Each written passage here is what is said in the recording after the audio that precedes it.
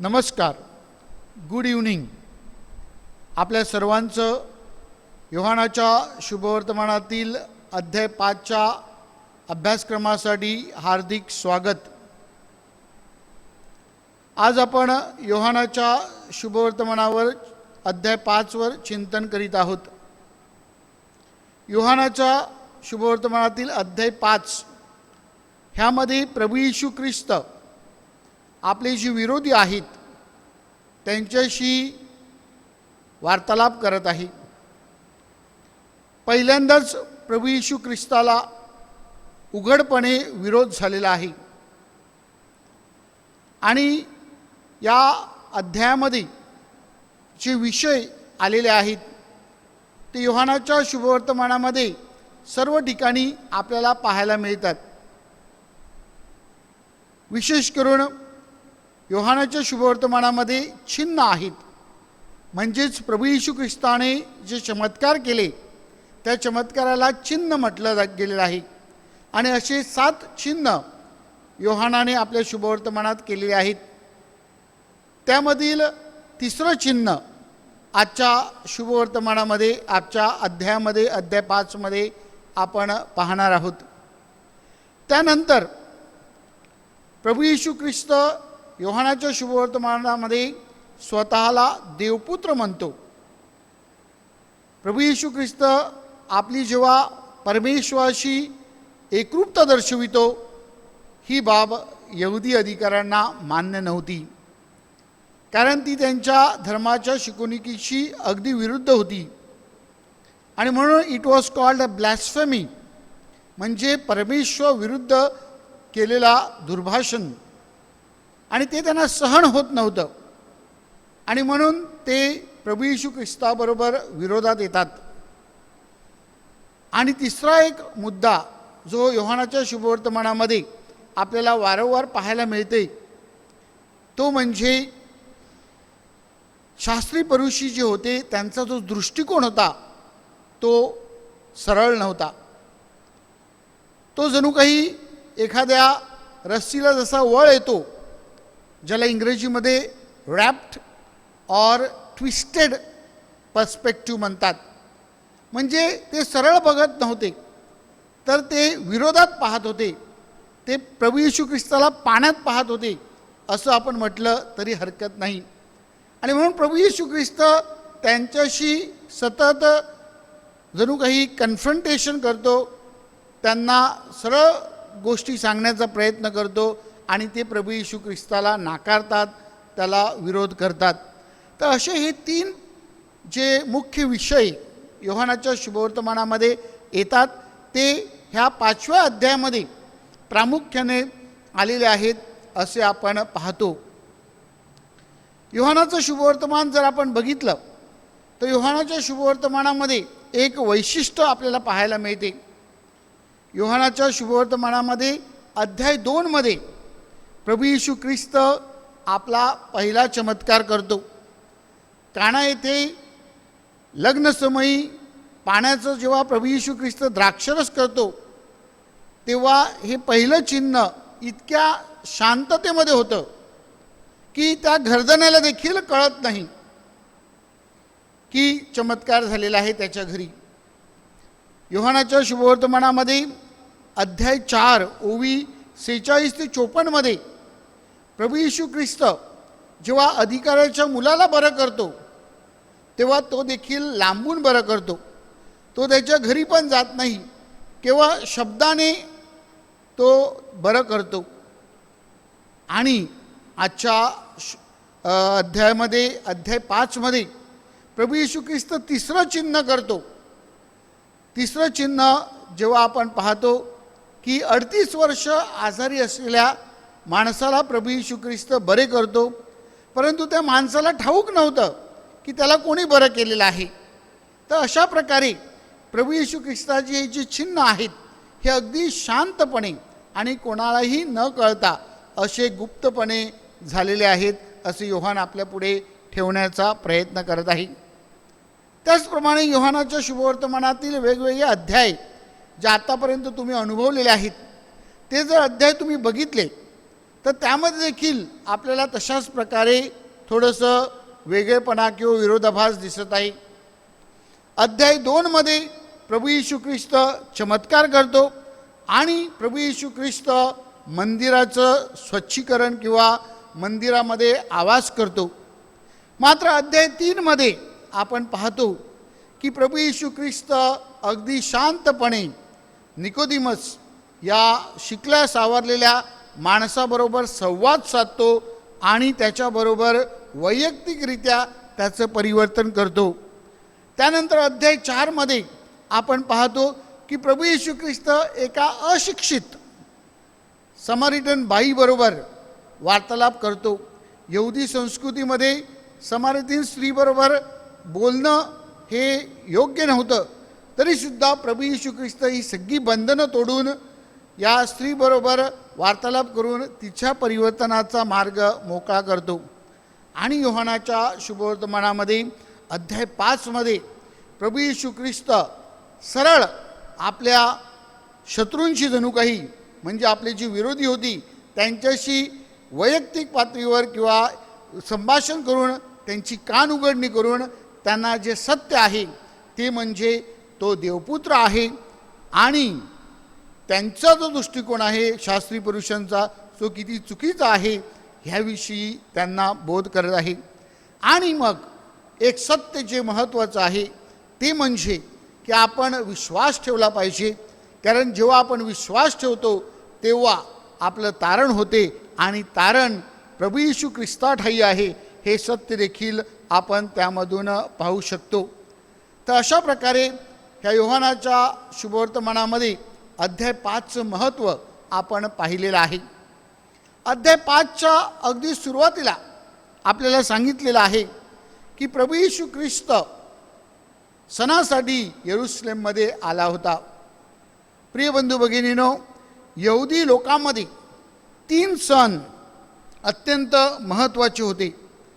The feast of the Passover, the feast of the Pentecost and the feast of the टॅबरनॅकल्स.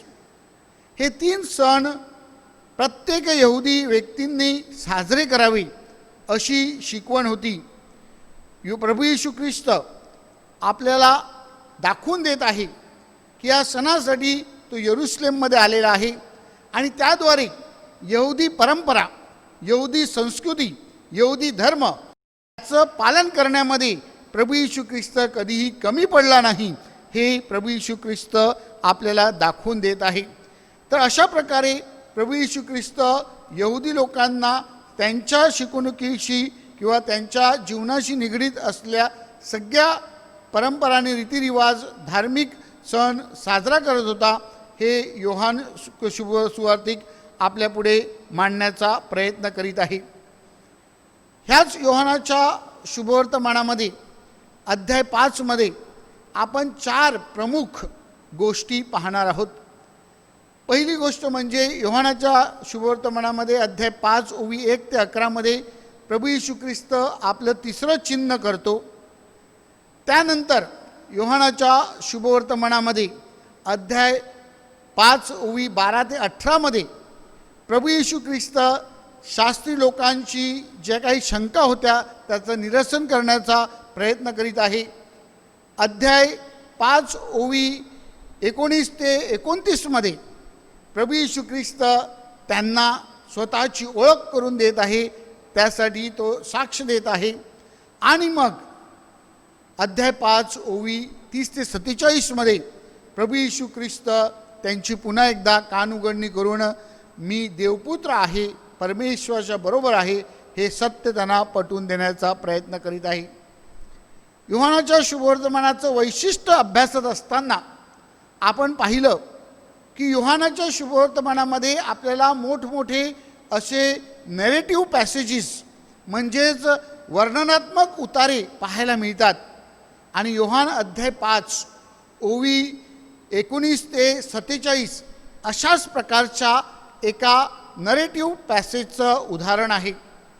प्रभू येशू ख्रिस्त एक वर्णनात्मक शिकवण आपल्या शिष्यांना देत आहे.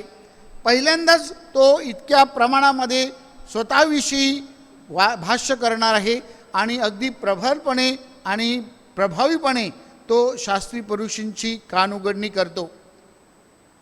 तर असे 4 विभाग आहेत. त्यातील पहिला विभाग म्हणजेच योहानाच्या शुभवर्तमान अध्याय 5 ओवी 1 ते 11 मध्ये प्रभू येशू ख्रिस्त 38 वर्ष आजारी असलेल्या पक्षघाती मनुष्याला बरे करतो. प्रिय भाविकांनो, प्रभू येशू ख्रिस्त त्याला विचारतो, तुला बरं व्हायचं आहे का? विचार करा की 38 वर्ष आजारी असलेल्या माणसाला कोणी विचारलं की तुला बरं व्हायचं आहे का, तर तो काय म्हणेन? तो अगदी आनंदाने, उत्साहाने आणि उल्हासाने सांगणार नाही का की मला बरं व्हायचं आहे?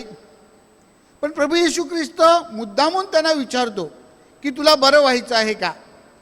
ह्याचं कारण असं की प्रभू येशू ख्रिस्त आपल्याला दाखवून देत आहे की जोपर्यंत तुमची इच्छा नाही, म्हणजेच आपल्या प्रत्येकाचं जे स्वातंत्र्य आहे, ते स्वातंत्र्य प्रभू येशू ख्रिस्त आपल्याला आठवण करून देत आहे की त्या स्वातंत्र्याचं महत्त्व परमेश्वराने अगदी प्रारंभापासून, अगदी सुरुवातीपासून आपल्याला दिलेलं आहे.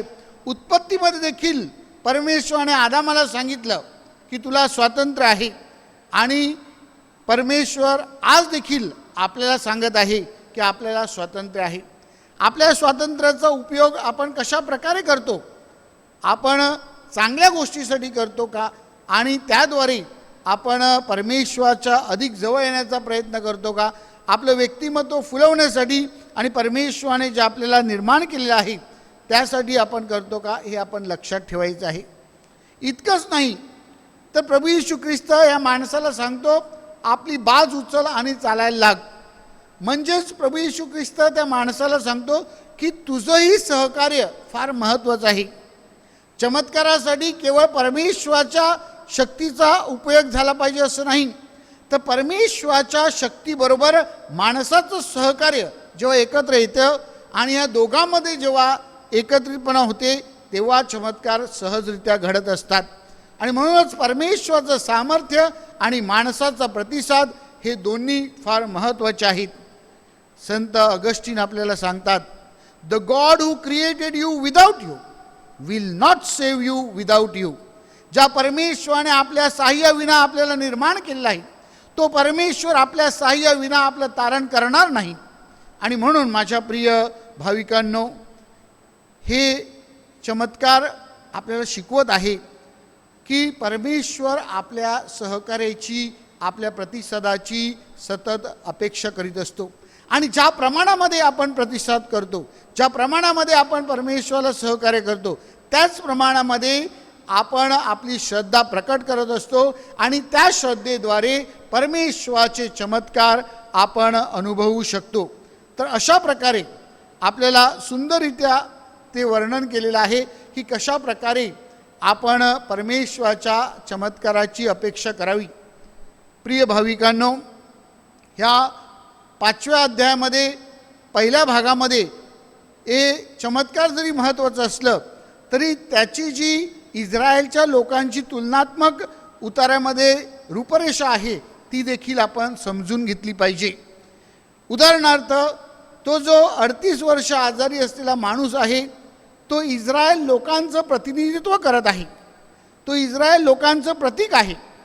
आणि जे 5 खंब तिथे उभे आहेत ते जणू काही इस्रायलचे पहिले 5 पुस्तक आहेत, ज्याला पंचग्रंथ म्हणतो, ज्याला इंग्लिशमध्ये पेंटेट्यूक म्हणतात.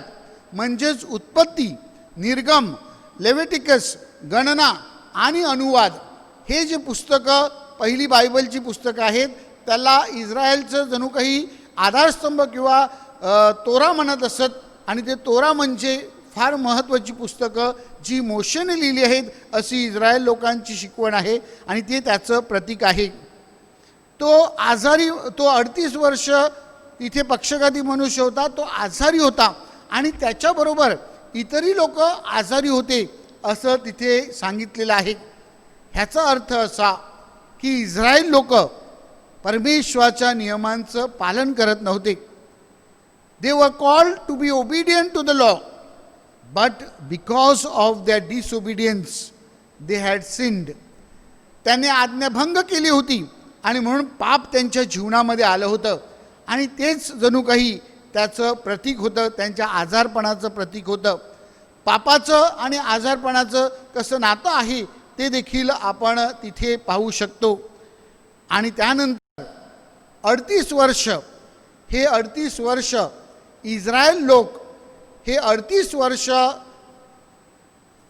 प्रॉमिस लँडमध्ये येण्याअगोदर अरण्यामध्ये होते आणि ते त्या अरण्यातील 38 वर्षाचं प्रतीक आहे. तर अशा प्रकारे पहिल्या भागामध्ये अध्याय 5 ओवी 1 ते 11 जरी चमत्कार महत्त्वाचं असलं, जरी ते चिन्ह महत्त्वाचं असलं, तरी त्याचं जे पार्श्वभूमी आहे ती देखील आपण समजून घेतली पाहिजे आणि ती यहुदी संस्कृतीशी किंवा यहुदी लोकांच्या जीवनाशी निगडीत आहे हे आपण लक्षात घेतलं पाहिजे. दुसरा भाग जो आहे तो म्हणजे योहान 5 ओवी 12 ते 18. ह्या भागामध्ये आपण डायरेक्टली प्रभू येशू ख्रिस्त आणि शास्त्री परुषी ह्यांच्यामध्ये झालेला वार्तालाप पाहतो. प्रभू येशू ख्रिस्ताला हे शास्त्री परुषी 2 कारणासाठी पकडतात किंवा प्रश्न करतात. पहिलं म्हणजे शब्बात न पाळण्याबद्दल आणि दुसरं म्हणजे त्यांनी स्वतःला देवाचं पुत्र म्हणून मानलं होतं. प्रभू येशू ख्रिस्त त्यांना उघडपणे सांगत आहे की का अशा प्रकारे त्याने केलेलं आहे. आणि हे जे यहुदी यांचं उल्लेख या उतार्यामध्ये केलेला आहे तो जो उल्लेख आहे तो संपूर्ण यहुदी अधिकाऱ्यांचा म्हणजे जे शास्त्री परुषी होते त्यांचा आहे. आणि ह्या त्यांच्या प्रश्नांना प्रभू येशू ख्रिस्त घाबरत नाही. ह्या त्यांच्या प्रश्नांची प्रभू येशू ख्रिस्त स्पष्टपणे स्पष्टीकरण देत आहे. आणि तिसऱ्या भागामध्ये आपण ते पाहत आहोत की तिसऱ्या भागामध्ये अध्याय 5 ओवी 19 ते 29 प्रभू येशू ख्रिस्त त्यांना दाखवत आहे की कशा प्रकारे त्याला परमेश्वराने अधिकार दिलेले आहेत आणि त्याला परमेश्वराने निवडलेलं आहे. प्रभू येशू ख्रिस्त अध्याय 5 ओवी 19 सांगत आहे की तो देवाच्या साह्याने आणि देवाच्या बरोबरीचा आहे म्हणून हे कार्य करीत आहे. अध्याय 5 ओवी 20 प्रभू येशू सांगत आहे की प्रेमाने तो ह्या गोष्टी करत आहे. अध्याय 5 ओवी 22 तो सांगत आहे की त्याला निवाडा करण्याचा अधिकार आहे आणि म्हणून तो हे करत आहे. आणि अध्याय 5 ओवी 23 प्रभू येशू ख्रिस्त सांगतो की परमेश्वराने हा मान मला दिलेला आहे. So God has honoured me, God has given me the power to जज. I am in loving relationship with God and I have the claim to do God's works. तर परमेश्वराचं कार्य तो करत आहे आणि म्हणून परमेश्वराचं कार्य करीत असताना त्यांनी ह्या गोष्टी केलेल्या आहेत हे आपण लक्षात ठेवलं पाहिजे. ह्याविषयी आपल्याला प्रभू येशू ख्रिस्त बोध करत आहेत. त्यानंतर तो पुढे जाऊन म्हणतो की ज्याप्रमाणे प्रभू येशू ख्रिस्त पुनरुत्थानाविषयी त्यांना आठवण करून देतो आणि पुनरुत्थान समयी म्हणजेच अध्याय 5 ओवी 23 ते 24 त्यांना सांगत आहे की तुम्ही जर विश्वास ठेवला तर तुम्हाला सार्वकालिक जीवन प्राप्त होईल. योहानाच्या शुभवर्तमानामध्ये पुनरुत्थानाविषयी जे काही उल्लेख केलेला आहे ते लाजरसच्या अध्याय 11 जो जे चिन्ह घडणार आहे त्याचं जणू काही पूर्वचिन्ह आहे, पूर्वतयारी आहे आणि ती पूर्वतयारी आपण येथे पाहत आहोत. दुसऱ्या भागामध्ये म्हणजेच चौथ्या भागामध्ये अध्याय 5 ओवी 30 ते 47 ह्या भागामध्ये प्रभू येशू ख्रिस्त ह्या लोकांच्या श्रद्धेविषयी त्यांची कानउघडणी करत आहे. ह्या लोकांची श्रद्धा कशी आहे? त्यांची श्रद्धा ही ब्लाइंड फेथ म्हणजे अंधश्रद्धा आहे का ह्याविषयी प्रभू येशू ख्रिस्त त्यांना सांगत आहे. आणि प्रभू सांगत आहे की तुम्ही इतर गोष्टीवर विश्वास ठेवू नका तर माझ्यावर विश्वास ठेवा. मी जो देवपुत्र आहे त्याच्यावर विश्वास ठेवा. आणि का विश्वास ठेवावा तर प्रभू येशू ख्रिस्त सांगत आहे की विश्वास ठेवण्याचं प्रमुख कार्य म्हणजे तो त्यांना 3 गोष्टींचं स्पष्टीकरण देत आहे. अध्याय 5 ओवी 33 प्रभू येशू ख्रिस्त सांगत आहे की जे साक्षीदार आहेत त्या साक्षीदारांच्या सांगण्यावरनं तुम्ही विश्वास ठेवला पाहिजे. आणि हे साक्षीदार सर्व यहुदी आहेत, हे साक्षीदार मानवी आहेत आणि हे साक्षीदार कबूल करतात, घोषित करतात की प्रभू येशू हा देवपुत्र आहे, जगाची पापे दूर करणारा परमेश्वराचा कोकरू आहे. योहान बाप्तिस्ताने साक्ष दिली आहे. प्रभू येशू ख्रिस्ताने ज्या प्रेषितांना पाचारण केलं, फिलिप आणि आंद्रिया ह्याने साक्ष दिलेली आहे. आणि म्हणून प्रभू येशू ख्रिस्त सांगतो की त्यांच्या साक्षीवरनं तुम्ही मान्य केलं पाहिजे की मी देवपुत्र आहे. दुसरी गोष्ट प्रभू येशू ख्रिस्त सांगत आहे की मी जे चमत्कार करत आहे त्या चमत्कारावरनं तुम्ही श्रद्धा ठेवली पाहिजे की मी जे कार्य करत आहे ते परमेश्वराचं कार्य आहे आणि परमेश्वराच्या कार्याबद्दल तुम्ही परमेश्वराचा गौरव केला पाहिजे आणि म्हणून तुम्ही श्रद्धा ठेवली पाहिजे. योहान 5:36. तिसरी गोष्ट श्रद्धा ठेवण्यासाठी फार महत्त्वाची आहे आणि ती म्हणजे योहान 5:39 मध्ये प्रभू येशू ख्रिस्त सांगतो की जे तुम्ही पवित्र शास्त्र वाचता त्या पवित्र शास्त्रामध्ये सांगितलेलं आहे माझ्याविषयी आणि ते पवित्र शास्त्र साक्ष देत आहेत आणि म्हणून तुम्ही विश्वास ठेवला पाहिजे की मी देवपुत्र आहे. अशा प्रकारे प्रिय बंधू भगिनीनो, प्रभू येशू ख्रिस्त ह्या शास्त्री पुरुषांची कान उघडणी करतो, त्यांना आठवण करून देतो की तुम्हाला ज्या शुभवर्तमानाची या पवित्र शास्त्राची म्हणजेच देवशब्दाची जी ज्ञान आहे त्या ज्ञानाचा जर तुम्ही वापर केला नाही, जर तुम्हाला तुमची जी संस्कृती आहे ती संस्कृती शिकवते की मसीहा येणार आहे, त्याचा जर तुम्ही वापर केला नाही तर तुमची गत कशी होईल?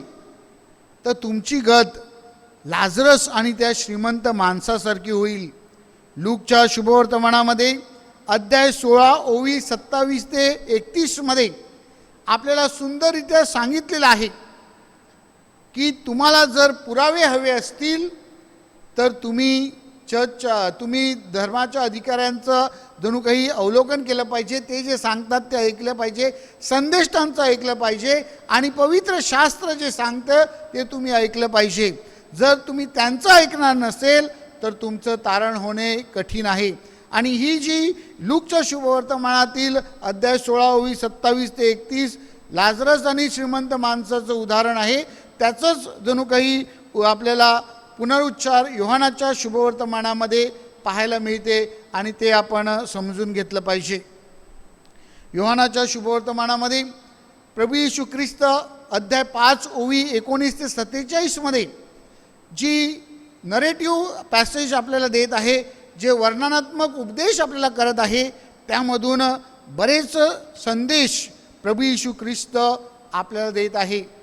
पहिली गोष्ट म्हणजे प्रभू येशू ख्रिस्ताचं आणि परमेश्वराचं जे नातं आहे त्या नात्याविषयी आपल्याला सांगितलेलं आहे. प्रभू येशू ख्रिस्त म्हणतो की ही आयडेंटिफाईज हिमसेल्फ विथ गॉड. तो देवाबरोबर आहे आणि देवासारखा आहे ह्याविषयी तो तिथे साक्ष देत आहे.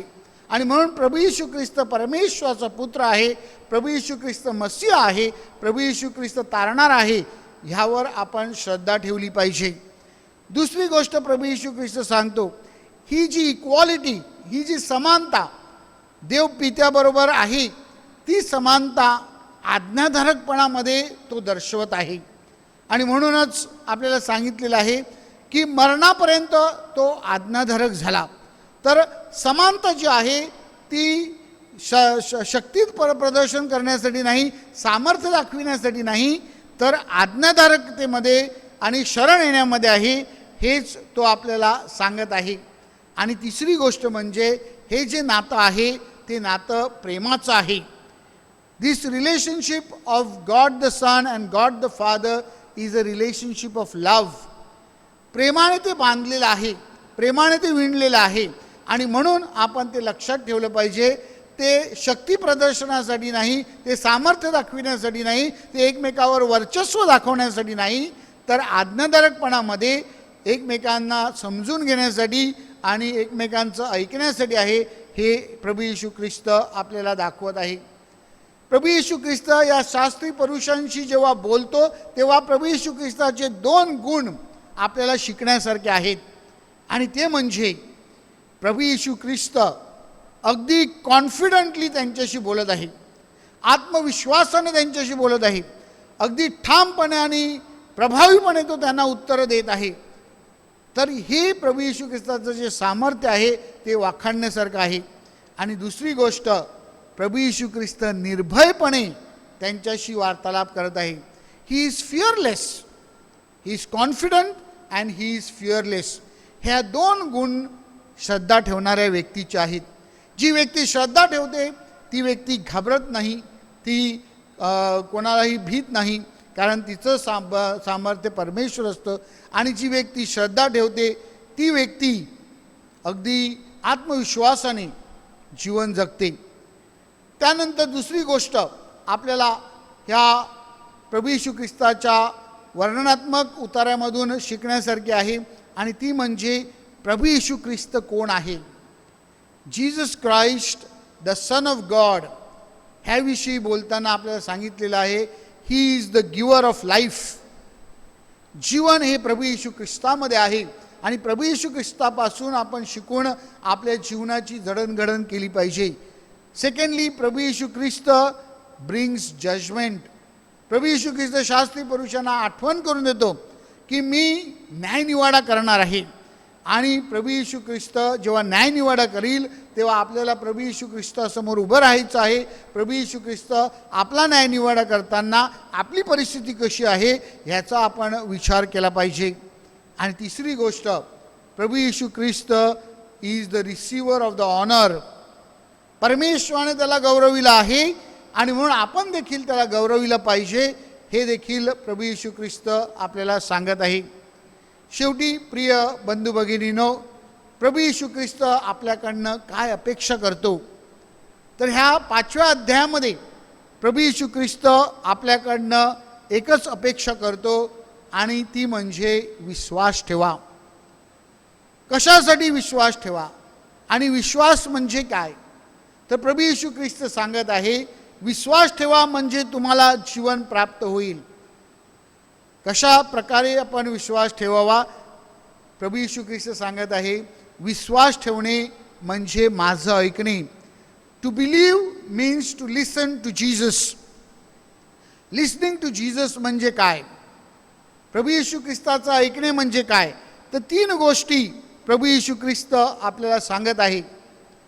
To believe is God, is Jesus, as Jesus says is he is love. श्रद्धा ठेवणे म्हणजेच परमेश्वर प्रेम आहे ह्यावर विश्वास ठेवणे. दुसरी गोष्ट, श्रद्धा ठेवणे म्हणजे to accept the way of life Jesus offers. प्रभू येशू ख्रिस्त जे जीवन आपल्याला देत आहे त्या जीवनाचा स्वीकार करणे.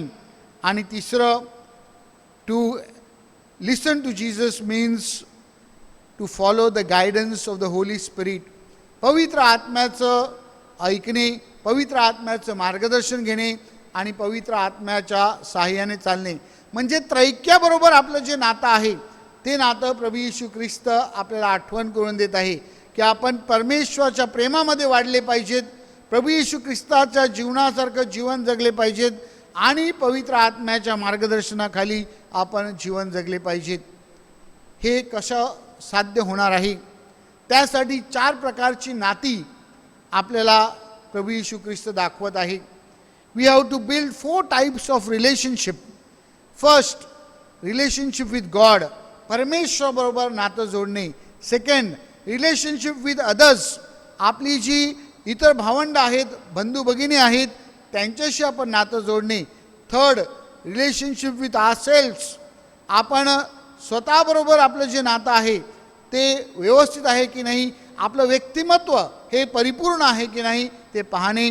आणि चौथं, ज्याच्याविषयी आपले पोप फ्रान्सिस अगदी ठासून आपल्याला सांगत आहेत ते म्हणजे रिलेशनशिप विथ नेचर, पर्यावरणाशी आपलं असलेलं नातं, ज्याला आपण आता इको फ्रेंडली स्पिरिच्युअलिटी म्हणतो की पर्यावरणाशी आपलं जे नातं आहे ते देखील नातं तितकंच महत्त्वाचं आहे, ते पवित्र आहे. आणि म्हणून आपण निसर्गाची काळजी घेतली पाहिजे, पर्यावरणाचं संवर्धन केलं पाहिजे आणि पर्यावरणासाठी आपण झटलं पाहिजेत. प्रिय भाविकांनो, ह्या उतारावर अभ्यास करीत असताना प्रभू येशू ख्रिस्त जो तारणारा आहे, मसीहा आहे, ज्याला शास्त्री पुरुषाने नाकारलं, तशी आपली गत होऊ नये. तर प्रभू येशू ख्रिस्त तारणार आहे अशी श्रद्धा आपल्यामध्ये निर्माण व्हावी आणि प्रभू येशू ख्रिस्ताने जे आपल्याला मार्ग दाखवलेला आहे, ह्या 4 प्रकारची नाती जोपासण्याचं त्याप्रमाणे आपण वाटचाल करावी. हाच संदेश प्रभू येशू ख्रिस्त या 5व्या अध्यायामध्ये आपल्याला देत आहे, की जेणेकरून आपल्याला जीवन प्राप्त व्हावं आणि परिपूर्ण जीवन प्राप्त व्हावं.